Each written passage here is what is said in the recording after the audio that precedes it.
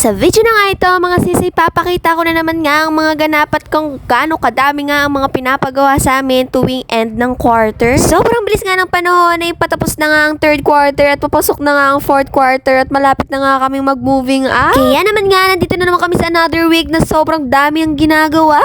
Baka nga nagtataka na nga kayo kung bakit ko mini-makeupan dyan ang kaklase ko dahil nga i-meet up niya yung crush niya. Sorry. Meron nga kaming project ngayon sa arts na filming at napili nga namin i-film yung horror. Kaya naman nga mini-makeupan ko yung kaklase ko doon dahil nga siya yung multo ate ko. So mini-makeupan ko siya ng eye bags doon natin. Sakto at walang pasok dyan dahil nga walang power. Kaya naman nga nagkaroon kami ng time para mag-film sa school. Hindi nga kami natakot mag-film dahil nga meron pa kaming mga ibang kasama at nagtitraining para sa festival na laban nila. Inuna na nga namin film yung mga nakakatakot na scene dahil nga padilim na yan at hindi nga namin kaya mag-film ng gabi na. Dito nga gaganapin ang first scene na nakakatakot sa second floor sa may CR at ako nga ang gaganap. Ay, buti na lang nga ate ko bago linis yung CR dyan. Kung hindi talaga, hindi ako papayag na umupo dyan ate ko. Sinasabi ko sa inyo. Tapos na nga yung scene ko dyan na may dugo-dugo. Kaya naman nga may bakas na lang ako dyan dahil nakapaghugas na nga ako. Hindi ko nga pala na-mention kanina na kasama nga namin yung kaibigan namin ni Lorena, si Jenica. Hindi nga kami same section pero sinama pa rin nga namin siya. Thank you so much nga Jenica dahil siya ang ating videographer for this video. Ay ate ko, natatakot nga ako kay Lorena dito. Ate ko, di ko alam kung kaibigan ko ba to iba na.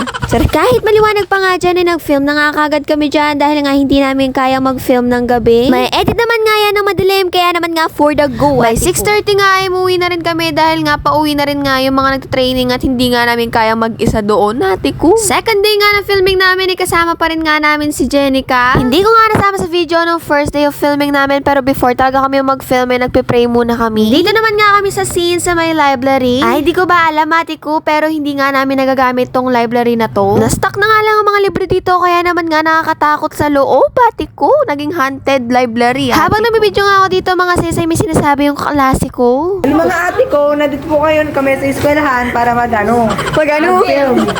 Medyo madilim na nga dito pero nga kinaya na namin dahil ito na nga ang last day namin ng pag-film. Sa araw naman nga ito ay parang naging assistant namin si Jenica. Ate ko siya tagahawak ng bag tsaka gamit namin. Ay Jenica, huwag ka mag-alala, libre na lang kita ice cream pag nakaipon na ako. Ay talaga naman nga nakakatakot yung part na to ate ko. Ay talaga naman nga sa filming na to ate ko akong tagalagay ng dugo. Hindi naman dapat talaga ako kasama sa filming na to dahil nga exempted na kami dahil kami ang nag-report sa arts. Pero at dahil nga bida-bida ang ate nyo, ayan, para sa extra points ate ko, sumama pa rin siya.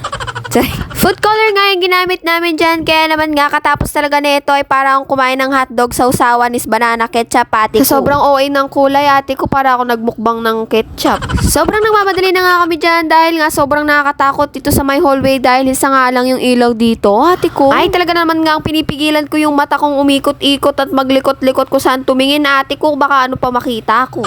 Nandito na nga kami sa last scene na nasa gitna naman kami ngayon ng covered court. By 7 o'clock nga ay talagang nagbadali na nga kami at nakauwi na rin nga kami. Kinabukasan naman nga ay meron naman nga kami gagawin after school na step 5 sa research namin. Ay ate ko, ang nangyari dito 2 oras na tulog tapos 1 oras na paggagawa ate ko.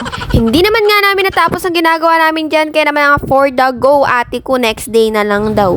Kinabukasan naman nga mga sisay meron naman nga kaming practice? Oh my gosh. Meron naman nga kami practice dyan sa tating namin sa PE. Basta yung galaw-galaw yung kamay ate ko. Yung sumasayaw gamit kamay. Nagutom nga ang mga ate nyo. Kaya naman nga naisipan nila at nag-aayaan silang bumili ng mojako. Pinost ko nga to sa reels at kung hindi nyo pa nga napapanood ay tignan nyo na ate ko. Ay kaganda nga na papag-practicean namin ate ko. Nature. Meron nga puno ng mangga dito. Kaya naman nga hindi nila napigilan na umakyat at kumuha ng mangga ate ko. Ay tama yan. Pagkatapos maggatas ate ko magmangga. Mga palatot na ako na naman. Gusto nga ma-experience ng isa ko pang klaseng umakyat kaya naman nga tinry niya at ayaw niya na nga bumaba dahil natatakot na nga daw siya ate ko.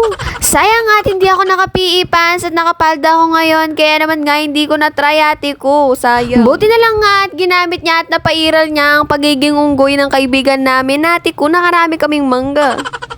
Kinabukasan naman nga ay meron naman program sa amin na festival. Nautusan nga kami ng MAPE subject namin na tumulong sa pag-design ng court namin. Lahat nga to ay gawa ng student pero hindi nga natuloy ang art exhibit namin kaya naman nga ginawa na lang pang design sa court ng festival program. Ay, nakikita nyo ba yung frutas na yan ate ko? Ay, talaga naman nga super proud ng ate nyo dahil nasama nga sa sinasabit ang painting ng ate nyo. Afternoon nga ginanap ang program dahil nga grade 9 students at pang afternoon schedule nga nga sila. Ay talaga naman nga nagpaalam ako kay mama para nga makapanood dito sa program festival. Naranasan rin nga namin to last year pero hindi nga ako napag-video dahil nga sira at wala pa akong cellphone noon. Ay talaga naman nga kabog ang kanilang mga costume. Ate ko. Nade-deja vu nga ako dito sa mascara. Ate ko dahil nga maskarang napunot namin nun. Sa Sampaguita Festival naman nga ay napakaganda, napakalinis nilang tignan. Ate ko talaga namang mabanglulang lalawin. Kasama ko palang nanonood dito mga klase ko at ang hindi ko nga mga klase taga ibang section.